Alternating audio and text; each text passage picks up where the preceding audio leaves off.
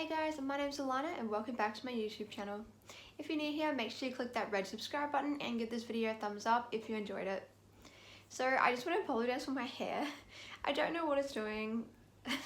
It looks really crazy right now. I tried to fix it and it's just not working, so yeah. Sorry about that. I'm gonna keep this video short. I'm really not feeling too good today, like physically, but I really want to get this video filmed because I realized that I haven't even filmed this video or put it up, and I was supposed to do it like a week ago. But yeah, I've just had like a lot of stressful things going on, so I haven't really had the time to do it. So as you saw by the title, this one is going to be a part of my bipolar series, and it's going to be staying well with bipolar disorder. This is just going to be like some tips that I have that can help you, hopefully, mainly just based off personal experience. Disclaimer, I don't know if I said this in my other videos, but you should kind of already know, but I'll just say it anyway. I'm not a mental health professional. I'm just someone who's got experience and who's lived with mental health issues and wants to share my advice. Take everything you hear with a grain of salt on the internet, as always. So yeah. So the first thing I want to say about staying well with a bipolar disorder is that you need to be following your treatment plan. So generally, like if you have a psychiatrist or a psychologist or some type of mental health professional who's kind of like your person who is managing your care, you should have like a mental health plan put in place. So that could be maybe if you need medication, then what medications do you need to go on? It could be like planning appointments. It could be maybe you need therapy. What type of therapy do you need? Just things like that. Like mental health professionals will usually kind of do it like a bit of an outline for you. Even if it's not given to you like a physical copy of something, you will discuss with them kind of like what is happening. So for me, I'm gonna mainly just talk about me, I suppose, because you know, I don't really know, like I can't talk for everybody else, but for me, like my treatment plan kind of just looks like following my taking my medication regularly, so making sure I'm taking that and not just like stopping it without like medical consent. So yeah, staying on that. Then it can also be getting enough sleep, which can be really difficult. My sleep has always been very, very bad, like since I was like a really young kid, for so many different reasons. But yeah, it's been a problem. And obviously if you're like having a manic or hypomanic episode, sleep doesn't really happen. Well, at least to me, like I'll go like 2 weeks without sleep, like, or maybe like 3 hours sleep a night, so that's really not great either. But having like lack of sleep can trigger like mania and hypomanic episodes. It can even like like cause other issues as well. So I understand this can be hard, and like sometimes you can't fix it. For me, even like my doctors and stuff, we've just kind of come to the point where like we don't really know what to do anymore about the sleep problem, and I just have to kind of try my best and just deal with it. I have never really had good sleeps ever in my life, so yeah, I'm kind of used to it, I suppose. But it does really affect me and affect my body. So if you can try to have a good sleep routine, and like if you need to take melatonin or whatever you want, like just try really hard to get good sleep, because that is like a really big thing. The next thing of staying well would be to know your triggers. So knowing like what triggers you, maybe a particular like event or circumstance or trauma, or I don't know, like whatever it is could be triggering to you. I remember actually when I was seeing a psychologist, this was a while ago, and we were talking about because this is when I was first kind of diagnosed, and we'll try to figure out like what my triggers were and stuff, and she actually told me that apparently you can be triggered into like hypomania or even manic episodes if you get too excited over things. I thought that was really funny, but I was thinking about it and I was like, yeah, that's actually true, because if you're like really excited about something like over the top, that can actually like kind of trigger like that euphoric feeling, and then that could also lead into hypomanic and manic episodes. So I was like, oh, okay.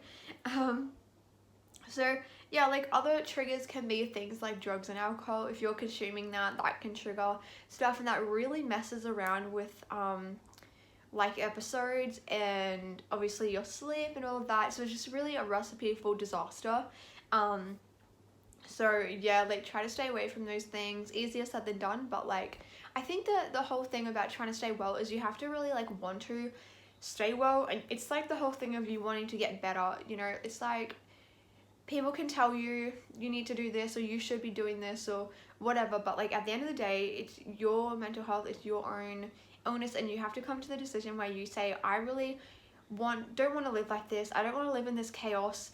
I want to be as well as I can get. I mean, obviously you're never going to be 100%, and relapses and stuff happen, but you know, like just wanting to kind of follow the treatment plan, because if you don't want to follow it, you're not gonna do anything, and no one else can tell you otherwise. And I think we've all had times like that where we've been like, I don't want to do this. I don't want to go to therapy. I don't want to take medication. I don't need like, you know, you can just go on and on like that, and it's like a really difficult space to be in because you don't want help, and so no one can do anything for you. But if you're really wanting to stay well, then you know you can put these things in place. Another thing for me is with the whole knowing your triggers is know your symptoms. So know your symptoms really well, like know what kind of happens before you have an episode, and try to like get to know like what happens during an episode or after, or you know, what does my high look like, what does my low look like, what do I tend to do, what are the things that I tend to rely on that maybe aren't healthy, like all of those things. Because for me, I actually have like a whole list of symptoms that I experience, because obviously I don't experience all of them. Like any illness, a lot of people can have some and not others, it depends, but I have like a in my diary I just wrote down like a bunch of things that I deal with, and my the mental health worker I work with also helped me to come up with like, okay, so what happens like maybe 2 weeks before this episode, or what happens 1 week before the episode, so you can kind of like start to build a bit of an idea of, okay, this is what usually happens, unless it's triggered out of nowhere by, not really nowhere, but unless it's triggered by something like traumatic. That's kind of different. I find that just, yeah, that you don't really have warning with that, but majority of the time I feel like there's definitely a warning. It's just that it's hard to recognize it sometimes, or if you've only just been diagnosed, you're not going to really have an idea. So yeah, like as you kind of learn to live with this, you realize, oh, okay, maybe like my sleep goes out, so that's signaling it. Maybe I suppose that if you're starting to feel depressed, like feeling really low energy, not feeling motivated, maybe your appetite goes, like just those little things can kind of help you to be more prepared, and then you can try to intervene. Sometimes it doesn't really work.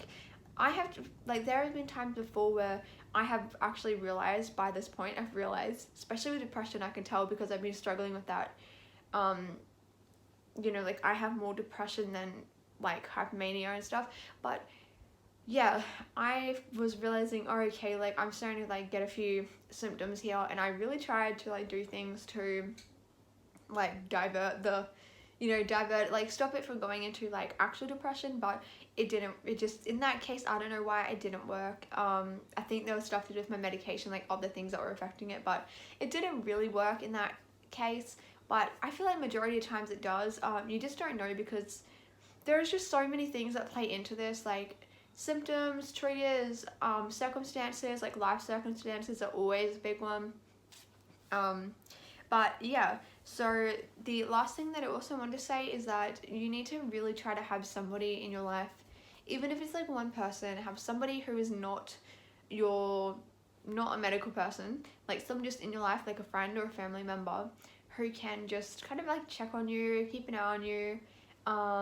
Even if you have to like go to that person and say, you know, like if they're already aware of this illness, if they're not, maybe you just need to explain that you're suffering with bipolar, and just say to them, look, I'm trying really hard to like work on recovery and stay well, and you could just say, you know, like I'd really appreciate if I had like just like some support, and like, you know, like you can tell them what you need. Like if you live on your own, maybe you need to ask them if they can maybe just give you a call every week, or even just come over maybe once or twice a week and just like see how you're going, check like how your house is looking, because your house is usually like a dead giveaway that something's off, because like if you're really depressed, you're not going to be, you know, like keeping stuff clean, and you're probably not going to look your best either. And like if you're really high, you might be like, they can tell by your speech, they can tell by your actions what you're doing, you know. So that's why it's important for them to maybe see you in person, but phone calls would work too, even if it's like FaceTime, that works as well. But you just really need like either a family member or a friend who can be committed to kind of checking in on you, maybe like you know, definitely like once a week, and just like checking on like how you're going, like seeing how your behavior is and stuff, because often they can pick it up before you can. And then like if there's something is kind of going downhill, then they can kind of maybe try to intervene or help you, you know, kind of steer away from that. So yeah, for me, like the biggest thing for staying well is being medication. It's really helped me. And the other thing has been having like a good support system. So having a really good GP, having a good like mental health team, a psychiatrist that you like, being happy with the medication you're on and having that work, and also like family support has been like a major thing.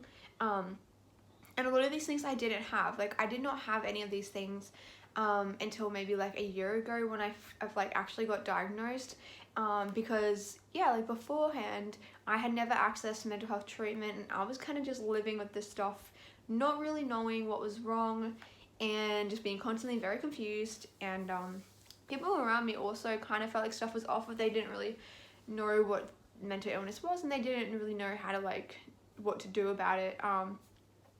So yeah, like, but I think if you can have that, I know not everyone is lucky enough to have that support, but I guarantee you there will be one person, there will be one friend, one family member, somebody who can, even if it's like someone you work with, who you're close with or something, like there will be somebody who can kind of like reach out and who will want to help you. Like people generally do want to help you, and it can be like really scary to have to ask for help, but I guarantee you, if they are your friend or if they're a family member and they really love you and care about you, they want you to get well, and they don't want you to be suffering and doing it on your own, and they will do, you know, whatever it takes to really help you.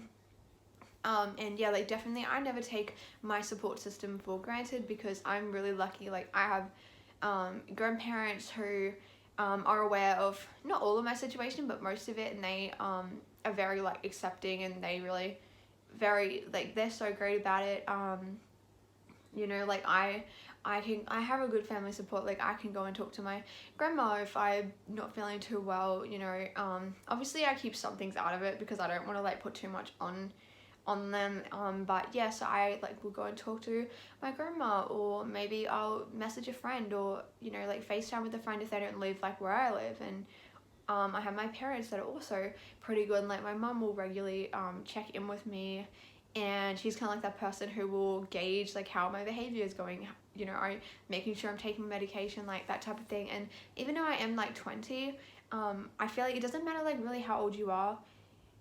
With this type of thing, you just need that person to check on you and kind of, it's not saying that you're not being, it's not to be like, oh, I don't have to do anything because I'm just relying on them to keep me well. But you really, I feel like personally, this is my opinion, that it helps so much if you have that person to encourage you and just say, oh, I'm really proud of you, you're doing such a great job, or hey, I've noticed you haven't really been doing too well, like what can I do to help you?